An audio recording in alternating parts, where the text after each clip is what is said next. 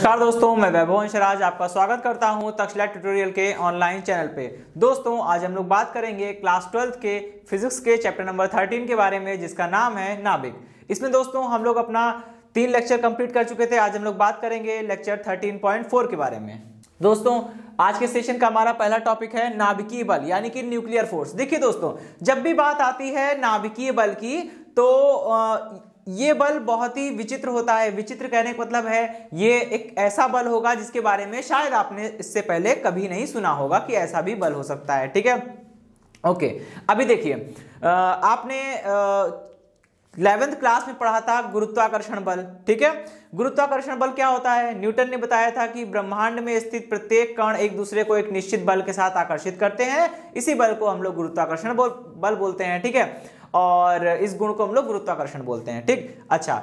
और दूसरा आपने 12th क्लास में ही आपने पढ़ा था कूलाम बल या फिर वैद्युत बल। ठीक है, उसमें बोला गया था कि अगर दो आवेश हैं, चाहे वो आवेशित कण हो या फिर कोई सिंगल पार्टिकल ही क्यों ना हो, ठीक है, तो आवेशित कण या आवेशित निकाय के बीच में भी एक बल लगता है जिसे हम लोग कूलाम बल बोलते हैं या वैद्युत बल बोलते हैं। ठीक है, ये 2 बल हमने पढ़े थे। अभी आज हम लोग इस टॉपिक में 2 और नए बलों के बारे में जानेंगे। ठीक है, देखिए, नाभिकीय बलों की जब बात आती है तो सोचने वाली बात यह है कि पहली बात तो इसका अस्तित्व ही क्यों है। ठीक है, इसका अस्तित्व इसलिए जरूरी है दोस्तों क्योंकि आप ये सोचिए, मैंने आपको लास्ट टर्न पे बंधन ऊर्जा के बारे में बताया था। ठीक है, आपको ये बताया गया था कि कैसे किसी भी स्थायी नाभिक का जो वास्तविक द्रव्यमान होता है वो उसके घटक कणों के द्रव्यमानों के योग से हमेशा कम होता है। मतलब घटक कणों के द्रव्यमान को देख लीजिए और नाभिक का वास्तविक द्रव्यमान देख लीजिए, दोनों में अंतर आपको मिलेगा हमेशा। ठीक है, घटक कणों का कुल द्रव्यमान जो होता है वो नाभिक के वास्तविक द्रव्यमान से हमेशा ज्यादा होता है, और यही द्रव्यमान का अंतर क्या कहलाता है? द्रव्यमान क्षति कहलाता है। यही द्रव्यमान क्षति जो है वो आइंस्टीन की ऊर्जा तुल्यता समीकरण के हिसाब से वो कन्वर्ट हो जाती है डेल्टा एम इंटू सी स्क्वायर के फॉर्म में, और यहां से जो एनर्जी निकलती है वो एनर्जी आपकी बंधन ऊर्जा थी। ये आपको लास्ट टर्न में बताया जा चुका है। अभी उसी को सोचिए, ये जो बंधन ऊर्जा है, इस बंधन ऊर्जा के कारण ही तो नाभिक के भीतर ढेर सारे प्रोटॉन और ढेर सारे न्यूट्रॉन आपस में एक बहुत ही छोटी सी जगह में सब बंधे हुए हैं। ठीक है, देखिए भाई, न्यूट्रॉनों की तो बात समझ में आती है। न्यूट्रॉनों के ऊपर कोई आवेश नहीं होता तो 2 न्यूट्रॉन एक दूसरे को कभी भी प्रतिकर्षित नहीं करेंगे। लेकिन प्रोटॉनों के बारे में तो ये बात सोचने वाली है कि 2 प्रोटॉन्स की अगर हम बात करते हैं तो 2 प्रोटॉन्स के बीच में प्रतिकर्षण का बल लगेगा, बिकॉज दोनों ही पॉजिटिवली चार्ज होते हैं। ठीक है, अब 2 प्रोटॉन्स के बीच में लग रहा है प्रतिकर्षण का बल, 2 प्रोटॉन एक दूसरे से हमेशा दूर भागेंगे। ठीक है, 2 प्रोटॉन हमेशा एक दूसरे से दूर भागेंगे। अगर इन दोनों प्रोटॉन को नाभिक के भीतर समेट के रखना है तो इसके लिए यह बहुत जरूरी है कि कोई बाह्य ऊर्जा, कोई बाह्य बल ऐसा अवश्य होना चाहिए जो इन दोनों को आपस में जोड़ के रखे।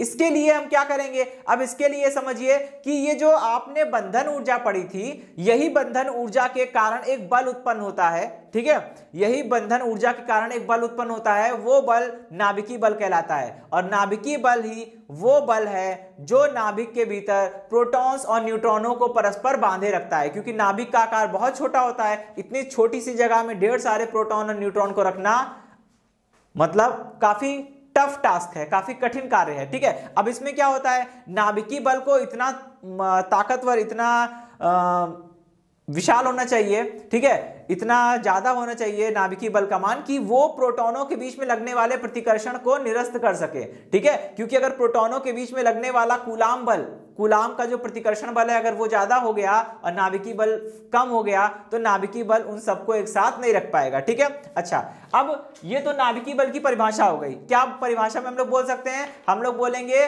वह बल जो नाभिक के भीतर प्रोटॉन एवं न्यूट्रॉनों को परस्पर बांधे रखता है, क्या कहलाता है? नाभिकीय बल कहलाता है। ठीक है, अब नाभिकीय बल के बारे में हमने चीजें पढ़ ली और समझ ली। अब ये बात होती है कि ये नाभिकीय बल आया कहां से, हम लोग इस लेक्चर में वो भी जानेंगे। लेकिन उससे पहले हमें यह जानना होगा कि नाभिकीय बल, मैंने शुरुआत में बोला था कि ये नाभिकीय बल विचित्र है। थोड़ा विचित्र का मतलब ऐसा बल आपने इससे पहले कभी नहीं सुना होगा। ठीक है, तो ये बल क्या होता है, कैसे काम करता है, ये समझेंगे और फिर हम लोग लास्ट में समझेंगे कि ये उत्पन्न कैसे हो रहा है। ठीक है दोस्तों, चलिए अब हम लोग बात करेंगे अपने अगले टॉपिक के बारे में, नाभिकीय बलों की विशेषताएं। ठीक है, तो नाभिकीय बलों की विशेषताएं में जानने के लिए सबसे पहले तो ये जान लीजिए कि नाभिकीय बलों की ऐसे देखा जाए तो बहुत सारी विशेषताएं हैं, लेकिन जो पहली विशेषता है वो ये है कि नाभिकीय बल जो होते हैं वो कैसे होते हैं, लघु परासी होते हैं। लघु परासी का मतलब क्या होता है भाई, लघु परासी का मतलब होता है शॉर्ट रेंज होते हैं। ठीक है, इसका मतलब क्या हुआ दोस्तों, शॉर्ट रेंज होते हैं। अब इसको समझिएगा, शॉर्ट रेंज का मतलब है कि काफी कम दूरी के भीतर ही ये कार्य करेंगे। कितनी दूरी, 10 की घात -15 मीटर, जिसे हम लोग एक फर्मी भी बोलते हैं। इसका मतलब कि नाभिकीय बलों का जो परास होता है, जो कार्य करने का एरिया होता है, वो बहुत छोटा होता है। मतलब अगर मान लीजिए दो कण हैं, ठीक है, उनके बीच की दूरी 10 की घात -15 मीटर से ज्यादा है, मतलब दो कण इतने ज्यादा दूर हैं कि उनके बीच की दूरी 10 की घात -15 मीटर से ज्यादा है, तो वहां पे नाभिकीय बल उन दोनों कणों को परस्पर बांध के नहीं रख सकता। ठीक है, क्योंकि नाभिकीय बल के कार्य करने का एरिया कितना है, वो केवल 10 की घात -15 मीटर के का ही है। तो 10 की घात -15 मीटर के भीतर जितने कण आ रहे होंगे वो उसी को बांध सकता है, बाहर वालों को नहीं। ठीक है, तो ये पहला हो गया। दूसरा समझिएगा, दूसरा ये है कि नाभिकीय बल जो होते हैं वो आवेशों से मुक्त होते हैं। मतलब दो कणों के बीच में, ठीक है, जिन दो कणों के बीच में नाभिकीय बल लग रहा है, उन दोनों कणों के बीच लगने वाला नाभिकीय बल इस बात पे निर्भर नहीं करता कि दोनों कणों के आवेश क्या हैं। ठीक है, अगर दोनों के आवेश सेम टाइप के हैं या दोनों के आवेश अपोजिट टाइप के हैं तो भी इसका कोई फर्क नहीं पड़ता। ठीक है, जबकि कूलाम बल में इसका फर्क पड़ता था, आपको पता होगा। ठीक है, पहले चैप्टर में बताया गया था कि अगर सेम टाइप के चार्ज होते हैं तो रिपल करते हैं। ठीक है, सेम टाइप के चार्ज होते हैं तो वो रिपल करते हैं, मतलब हमेशा प्रतिकर्षित करते हैं। अगर अपोजिट टाइप के चार्ज होंगे तो हमेशा आकर्षित करेंगे। ये चीजें तो आपने पढ़ी होगी। ठीक है, तो यहां पे ऐसा नहीं होता है दोस्तों, नाभिकीय बल जो होते हैं वो आवेशों पर डिपेंड नहीं करते। ठीक है, आइए अब हम लोग थर्ड वाले पॉइंट पे आते हैं। थर्ड पॉइंट देखिए दोस्तों, कहता है कि नाभिकीय बल जो होते हैं वो कूलाम बल नहीं होते। ऑब्वियस सी बात है, अभी हमने सेकंड पॉइंट में क्या सीखा, हमने सेकंड पॉइंट में बोला कि दो कणों के बीच में जो भी नाभिकीय बल लगता है वो इस बात पे निर्भर यानी कि डिपेंड नहीं करता कि दोनों के चार्जेस क्या हैं। ठीक है, या एक पे चार्ज है एक न्यूट्रल है, ये भी फर्क नहीं पड़ता। ठीक, तो ये कूलाम बल तो हो ही नहीं सकते, क्योंकि कूलाम बल जो होते हैं वो चार्ज डिपेंडेंट होते हैं। ठीक है, वो हाईली चार्ज डिपेंडेंट होते हैं। ठीक है, आइए अब हम लोग क्या करेंगे, फोर्थ वाले टॉपिक की मतलब फोर्थ पॉइंट की बात करेंगे। ठीक है, फोर्थ पॉइंट में कहा जाता है कि नाभिकीय बल गुरुत्वाकर्षण बल भी नहीं है, क्योंकि हमेशा गुरुत्वाकर्षण बल जो होता है वो भी आकर्षण का ही होता है। ठीक है, लेकिन वो इतना प्रबल नहीं होता है दोस्तों कि वो नाभिकीय मतलब कि नाभिक के भीतर प्रोटॉन और न्यूट्रॉनों को बांध सके। गुरुत्वाकर्षण बल भी हमेशा आकर्षण का होता है और नाभिकीय बल भी आकर्षण का ही होगा, लेकिन दोनों में अंतर क्या है, नाभिकीय बल जो है वो प्रबल है और गुरुत्वाकर्षण बल जो है वो काफी दुर्बल होता है दोस्तों। वो इतना दुर्बल होता है कि वो नाभिक के भीतर प्रोटॉन न्यूट्रॉनों को बांधने में असमर्थ है। ठीक है, दो प्रोटॉन के बीच में रिपल्शन इतना ज्यादा लगेगा कि गुरुत्वाकर्षण बल वो भूल जाएंगे और वो एक दूसरे के साथ बिल्कुल भी नहीं रह सकते। ठीक है, तो फोर्थ पॉइंट हो गया। फिफ्थ पॉइंट देखिएगा दोस्तों, फिफ्थ पॉइंट काफी काम का है। फिफ्थ पॉइंट में बोला जाता है कि अच्छा, अब ये बात होती है कि अगर नाभिकीय बल ना तो कूलाम बल है ना गुरुत्वाकर्षण बल है, ठीक है, और वो चार्ज पर डिपेंड भी नहीं कर रहा है, तो आखिर ये माजरा क्या है। तो होता क्या है, फिफ्थ पॉइंट में बताया गया है कि नाभिकीय बल जो होता है, किन्हीं भी दो कणों के बीच में लगने वाला जो नाभिकीय बल होता है वो कणों के चक्रण पर निर्भर करता है। ठीक है, चक्रण पर निर्भर करता है, ये पांचवा पॉइंट बहुत इंपॉर्टेंट है। ठीक है, चक्रण पर निर्भर करता है नाभिकीय बल। इसका क्या मतलब हुआ, इसका ये मतलब हुआ कि अगर दो कण एक ही दिशा में चक्रण कर रहे हैं, ठीक है, अगर दो कण एक ही दिशा में चक्रण कर रहे हैं तो उनके बीच में लगने वाला बल प्रबल होगा। इसका उल्टा, अगर दो कण विपरीत दिशा में चक्रण कर रहे हैं तो उनके बीच में लगने वाला बल कैसा होगा, दुर्बल होगा। ये चीजें यहां पे हमें समझने वाली हैं। ठीक है, प्रबल और दुर्बल बल के बारे में। ठीक, चलिए, तो ये फिफ्थ पॉइंट हो गया कि नाभिकीय बल जो होता है, दो कणों के बीच में लगने वाला नाभिकीय बल उनके चक्रण पर निर्भर करता है।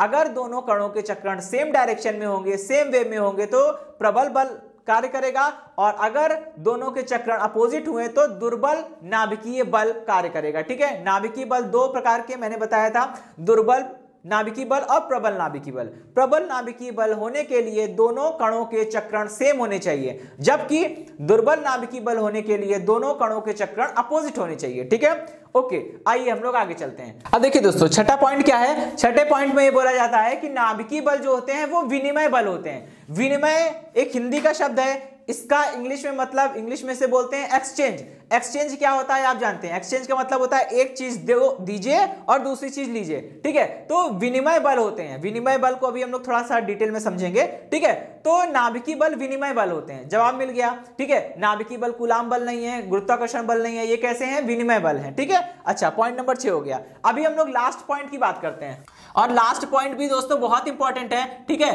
कहते हैं नाभिकीय बल जो है उनमें संतृप्तता का गुण होता है। किसका गुण होता है? संतृप्तता का गुण होता है। ठीक है, उनमें क्या होता है? संतृप्तता का गुण होता है। संतृप्तता का मतलब क्या होता है? कि उनमें सैचुरेशन होता है। सैचुरेशन का मतलब यह हुआ कि किसी भी नाभिकीय कण पर लगने वाला नाभिकीय बल जो होता है वो केवल एक छोटे से रेंज में कार्य करता है। ठीक है, एक छोटे से रेंज में कार्य करता है। वो रेंज क्या है? ये 10⁻⁻15 की रेंज में ही नाभिकीय बल कार्य करते हैं। ठीक है, तो बोला जाता है संतृप्तता का मतलब ये होता है, कहते हैं कि किसी भी नाभिकीय कण पर, ठीक है, किसी भी नाभिकीय कण पर जो नाभिकीय बल लगता है वो मुख्यतः उसके चारों ओर के, मतलब उसके नजदीकी कणों के कारण ही लगता है। जो कण उससे बहुत दूर होगा वो उस पर नाभिकीय बल आरोपित नहीं करेगा, या यूं कह लीजिए वो कण उस कण के साथ नाभिकीय बल से बंधा हुआ नहीं होगा। ठीक है, वो अपने पड़ोस वाले कणों से बंधा होगा,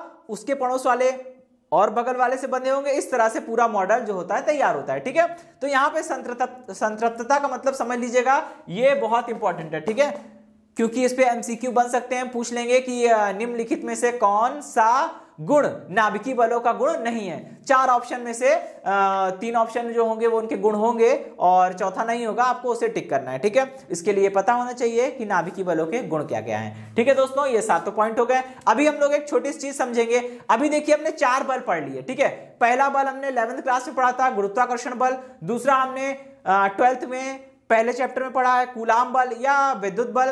ठीक है, तीसरा बल हमने कौन सा पढ़ा है? तीसरा बल जो हमने पढ़ा है वो है हमारा दुर्बल नाभिकीय बल, और चौथा प्रबल नाभिकीय बल। इनकी स्ट्रेंथ का ऑर्डर क्या होता है? स्ट्रेंथ का ऑर्डर कहने का मतलब है कि हमें ये कैसे पता चलेगा, या फिर ये चीज हम कब जानेंगे कि कौन सा बल, इन चारों में कौन सा बल सबसे ज्यादा प्रबल है और कौन सा बल सबसे ज्यादा दुर्बल है। ठीक है, कैसे करेंगे दोस्तों? यहां पे हमने चारों बलों के नाम लिख दिए हैं, गुरुत्वाकर्षण बल, दुर्बल नाभिकीय बल, कूलाम बल और प्रबल नाभिकीय बल। ठीक है, अब यहां पे एक चीज समझिएगा, ये एरो बना है, इसके नीचे लिखा है इंक्रीजिंग ऑर्डर ऑफ स्ट्रेंथ, मतलब कि इनकी प्रबलता का जो बढ़ता हुआ क्रम है वो क्या है? गुरुत्वाकर्षण, फिर दुर्बल नाभिकीय बल, फिर कूलाम बल और लास्ट में प्रबल नाभिकीय बल। इसका मतलब यह हुआ कि इन चारों में सबसे ज्यादा दुर्बल बल कौन सा होता है? गुरुत्वाकर्षण बल।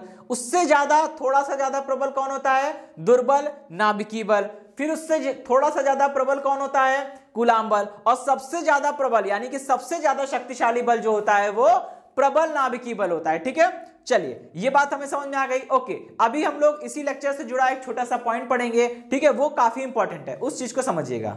ओके दोस्तों, देखिए अब जो हमारा नेक्स्ट टॉपिक है वो है मेसॉन कणों का नाभिकीय बल का सिद्धांत अथवा, ठीक है, चलिए दोस्तों अब देखिए हमारा जो नेक्स्ट टॉपिक है वो है मेसॉन कणों का नाभिकीय बल का सिद्धांत अथवा नाभिकीय बलों का विनिमय सिद्धांत अथवा युकावा का नाभिकीय बलों का सिद्धांत। पहले तो ये जान लीजिए कि ये तीनों चीज है एक ही, मतलब इनको 3 अलग अलग नामों से जाना जा सकता है या जाना जाता है। ठीक है, पेपर में, एग्जाम में आपको इसमें से कुछ भी छपके मिल सकता है। ठीक है, समझिएगा। सबसे पहले तो ये जान लीजिए कि ये मोस्ट इंपॉर्टेंट है। ठीक है, ये मोस्ट इंपॉर्टेंट है। अच्छा, अभी मैं इसके आगे बढ़ता हूं। अभी समझिएगा, इसको हम लोग बारीकी से समझेंगे और इस चैप्टर में, इस टॉपिक में हम लोग ये जानेंगे कि नाभिकीय बल उत्पन्न कैसे हो रहा है। ठीक है, अब देखिए मेसॉन कणों का नाभिकीय बल का सिद्धांत, नाभिकीय बलों का विनिमय सिद्धांत, युकावा का नाभिकीय बलों का सिद्धांत, ये तीनों जो हैं, ठीक है, ये जो नाभिकीय बल कैसे उत्पन्न हो रहा है इस चीज को समझने में सभी साइंटिस्ट लगे हुए थे। ठीक है, तो एक जापान के साइंटिस्ट थे, उनका नाम था युकावा।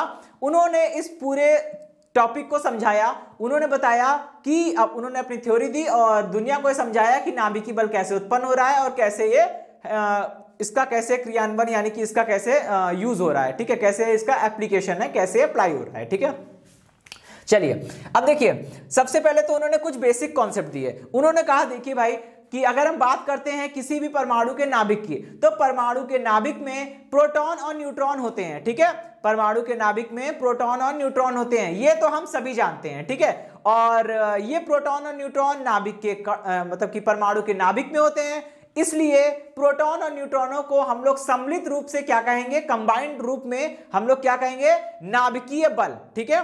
तो युकावा ने कहा कि किसी भी परमाणु के नाभिक में प्रोटॉन और न्यूट्रॉन, जिन्हें हम लोग नाभिकीय बल कहते हैं, वो तो होते ही हैं, उसी के साथ साथ उसी नाभिक के भीतर प्रोटॉन और न्यूट्रॉन के अलावा भी पाई मेसॉन भी पाए जाते हैं, ठीक है, पाई मेसॉन भी पाए जाते हैं। अब समझिएगा, पाई मेसॉन एक प्रकार के कण होते हैं, ठीक है, आगे आप लोग हायर स्टडी में पढ़ेंगे, ऐसे कई ढेर सारे और भी कण होते हैं, ठीक है। तो यहां पे लेकिन हमें जरूरत है पाई मेसॉन की, तो हम लोग केवल पाई मेसॉन को लेके चलेंगे। देखिए पाई मेसॉन 3 प्रकार के होते हैं, पाई माइनस, पाई न्यूट्रल, पाई प्लस, ठीक है, ये 3 प्रकार के कण होते हैं, पाई माइनस, पाई न्यूट्रल, पाई प्लस, ठीक है, ये 3 प्रकार के पाई मेसॉन कण होते हैं, ठीक है।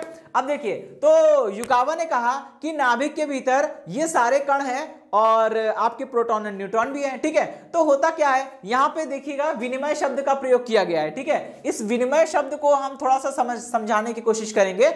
विनिमय का मतलब होता है एक्सचेंज, ठीक है। तो युकावा ने कहा नाभिक के भीतर प्रोटॉन में, थोड़ा अजीब लग रहा होगा, प्रोटॉन में, न्यूट्रॉन में भी चेंज होते हैं, ठीक है। तो हमारा फर्स्ट वाला पॉइंट यही है कि जब कोई प्रोटॉन में चेंज होगा या न्यूट्रॉन में चेंज होगा, तो अभिक्रिया कुछ इस प्रकार की होगी, इसको हम लोग विनिमय अभिक्रिया बोलते हैं, ठीक है। हमें पता है प्रोटॉन पॉजिटिव होता है, ठीक है, अगर प्रोटॉन में बदला है तो क्या करेगा, एक पाई न्यूट्रल कण को उत्सर्जित कर सकता है, या ऐसा भी कर सकता है कि एक पाई न्यूट्रल कण को अवशोषित कर ले, ठीक है, और ये प्रोटॉन में बदल जाए। एक अभिक्रिया ये हो सकती है। दूसरी अभिक्रिया क्या है, दूसरी अभिक्रिया ये है कि प्रोटॉन न्यूट्रॉन में बदलेगा, तो क्या होगा, ठीक है। आइए देखते हैं, अगर दोस्तों प्रोटॉन न्यूट्रॉन में बदलेगा तो आपको पता है प्रोटॉन होता है पॉजिटिव, न्यूट्रॉन होता है न्यूट्रल, क्या करेगा, यहां पे एक पाई प्लस कण निकलना चाहिए, तभी तो आवेश संतुलित होगा, ठीक है। आप खुद सोचिए, अभिक्रिया के बाएं पक्ष में आवेश कितना है, प्लस का ई, है ना। मैंने आपको बताया था कि प्रोटॉन पे कितना चार्ज होता है, प्लस का ई, तो प्रोटॉन के ऊपर मैं प्लस लिखा हूं, इसका मतलब प्रोटॉन पे कितना आवेश है, प्लस ई, ठीक है। तो वही चीज है, अभिक्रिया के बाएं पक्ष में तो प्लस ई का चार्ज है, दाएं पक्ष में न्यूट्रॉन के पास कोई चार्ज नहीं होता, बचा कुचा इस पाई प्लस के पास ही चार्ज होगा, और वो कितना होगा, प्लस का ई, ठीक है। अच्छा आइए, तो प्रोटॉन जब न्यूट्रॉन में बदलेगा तो एक पाई प्लस कण को उत्सर्जित करेगा। इसी प्रकार इसी अभिक्रिया को हम लोग इस तरह से भी तो लिख सकते हैं कि प्रोटॉन न्यूट्रॉन में परिवर्तित होने के लिए एक पाई प्लस कण को उत्सर्जित कर सकता है, या फिर एक पाई माइनस कण को अवशोषित कर सकता है। इसके बाद भी तो ये न्यूट्रॉन में कन्वर्ट हो जाएगा, क्योंकि आप देख सकते हैं, अगर आप देखेंगे अभिक्रिया के बाएं पक्ष में कुल आवेश तो plus E minus E, total charge is 0, और सेम हियर, यहां भी ऐसा ही है, ठीक है। अभिक्रिया के दाएं पक्ष में भी कुल आवेश कितना है, 0 है, ठीक है। तो 2 पॉइंट हो गए। आइए हम लोग थर्ड पॉइंट की बात करते हैं, ठीक है। थर्ड पॉइंट में हमको क्या करना है, थर्ड पॉइंट में हम ये बोलेंगे कि देखिए प्रोटॉन में बदला, ठीक है, और इसी प्रकार से न्यूट्रॉन में भी बदल सकता है, जैसे पहले वाले केस में हमने बताया, ठीक है। अगर न्यूट्रॉन में बदलेगा तो भी एक पाई न्यूट्रल निकाल सकता है और एक पाई न्यूट्रल कण को अवशोषित भी कर सकता है, ठीक है। अच्छा, अभी हम लोग थर्ड वाले बात करते हैं, ठीक है। प्रोटॉन में बदला, न्यूट्रॉन में बदल चुका है, प्रोटॉन को न्यूट्रॉन में चेंज कर चुके हैं। अभी क्या होगा, थर्ड वाला केस, अगर न्यूट्रॉन प्रोटॉन में चेंज हो, ठीक है, तो अभिक्रिया क्या होगी, प्लस पाई प्लस और ये पाई माइनस का एक पाई मेसॉन निकल जाएगा, ठीक है। अच्छा, इस अभिक्रिया को हम लोग इस तरह से भी लिख सकते हैं कि न्यूट्रॉन क्या करेगा, एक पाई प्लस कण को अवशोषित करेगा और प्रोटॉन में बदल जाएगा, ठीक है। ये दोनों ही चीज पॉसिबल है। अच्छा, अभी इस चीज को समझिएगा, ठीक है, इस चीज को समझिएगा। यहां पे देखिए क्या है, मैंने ये तीनों केस आपको बता दिए और ये भी बता दिया ये जो अभिक्रियाएं हैं चेंज होने वाली, इसी अभिक्रिया को हम लोग बोल रहे हैं विनिमय अभिक्रिया, और इसी अभिक्रिया के कारण वो नाभिकीय बल उत्पन्न हो रहा है। युकावा ने कहा कि नाभिक के भीतर प्रोटॉन है, न्यूट्रॉन है और पाई मेसॉन कण है, ढेर सारे, उसमें पाई न्यूट्रल भी है, पाई माइनस भी है, पाई प्लस भी है। ठीक है, होता क्या है, जब नाभिकीय बल को उत्पन्न होना होता है तो नाभिकीय बल ऐसे हवा में तो उत्पन्न हो नहीं जाएगा, होगा क्या, प्रोटॉन प्रोटॉन में कन्वर्ट होंगे जैसे यहां पे हो रहे हैं, या न्यूट्रॉन न्यूट्रॉन में कन्वर्ट होंगे जैसे यहां हो रहे हैं। अच्छा, कन्वर्जन क्यों जरूरी है, लगातार कन्वर्जन होता रहता है, ये कंटिन्यूअसली लगातार कन्वर्जन होने से क्या होता है, जैसे दो कणों के बीच में एक्सचेंज हुआ, एक प्रोटॉन न्यूट्रॉन बना, उधर एक न्यूट्रॉन तुरंत प्रोटॉन बन गया ऐसा इसलिए जरूरी है जिससे कि नाभिक के भीतर प्रोटॉन और न्यूट्रॉनों की संख्या में कोई भी अंतर ना आए, संख्या में कोई कमी ना आए। ठीक है, प्रोटॉन न्यूट्रॉन में बदला, उधर एक न्यूट्रॉन प्रोटॉन बदल गया, ऐसा करने से क्या होता है, उन दोनों कणों के बीच में एक नाभिकीय बल उत्पन्न हो जाता है, वो नाभिकीय बल इनको आपस में बांधे रखता है। ठीक है, चलिए सेकंड केस, अगर कोई प्रोटॉन न्यूट्रॉन में बदलेगा तो इस प्रकार की विनिमय अभिक्रियाएं हो सकती है। इसमें भी यही हो रहा है, इधर प्रोटॉन न्यूट्रॉन में बदला तो उसी समय नाभिक के भीतर कोई दूसरा न्यूट्रॉन जो है वो प्रोटॉन में बदल चुका होगा, ताकि प्रोटॉन और न्यूट्रॉनों की संख्या कांस्टेंट रहे, वो घटे बढ़े ना। ठीक है, ये चीज ध्यान रखिएगा दोस्तों, नाभिक के भीतर जैसे ही कोई प्रोटॉन न्यूट्रॉन बनता है ठीक उतने ही समय में कोई न्यूट्रॉन प्रोटॉन बन चुका होगा, वरना ऐसा नहीं होगा तो प्रोटॉन और न्यूट्रॉनों की संख्या में कमी है या अधिकता होने लगेगी। ठीक है, जो कि गड़बड़ हो जाएगा। तो यहां पे ऐसा काम होता है। अब जब भी एक्सचेंज होगा, जब भी प्रोटॉन न्यूट्रॉन में या न्यूट्रॉन प्रोटॉन में बदलेंगे तो दोनों कणों के बीच में एक बल उत्पन्न होगा, वो बल नाभिकीय बल है और उसी के सहारे ये सब बंधे होते हैं। ठीक है, अब इसमें केस ये बनता है कि अगर मान लीजिए प्रोटॉन और न्यूट्रॉन का चक्रण अपोजिट है तो उनके एक्सचेंज के कारण जो नाभिकीय बल उत्पन्न होगा वो कौन सा होगा, वो दुर्बल नाभिकीय बल होगा। लेकिन अगर दोनों कण जिनके बीच में नाभिकीय बल उत्पन्न हो रहा है, जो एक्सचेंज कर रहे हैं आपस में, अगर दोनों कणों के बीच दोनों कणों का चक्रण सेम है, ठीक है, अगर दोनों कणों का चक्रण सेम है तो उनके बीच में प्रबल आकर्षण बल होगा, अगर दोनों का चक्रण अपोजिट है तो उनके बीच में दुर्बल आकर्षण बल होगा। ठीक है, चलिए ये बात समझ में आ गई, गुड। तो दोस्तों ये युकावा का सिद्धांत केवल इतना था और ये सिद्धांत ही एकमात्र सिद्धांत है जो ये समझाने में कामयाब रहा कि नाभिक के भीतर नाभिकीय बल कैसे कार्य करता है और वो कैसे प्रोटॉन और न्यूट्रॉनों को बांधे रखता है। ठीक है दोस्तों, ओके दोस्तों, इसी के साथ ये लेक्चर समाप्त होता है। इस लेक्चर से जुड़े नोट्स प्राप्त करने के लिए डिस्क्रिप्शन में दिए गए लिंक पर जाके क्लिक कीजिए। ओके दोस्तों, आज के सेशन में इतना ही, मिलता हूं नेक्स्ट सेशन में, धन्यवाद।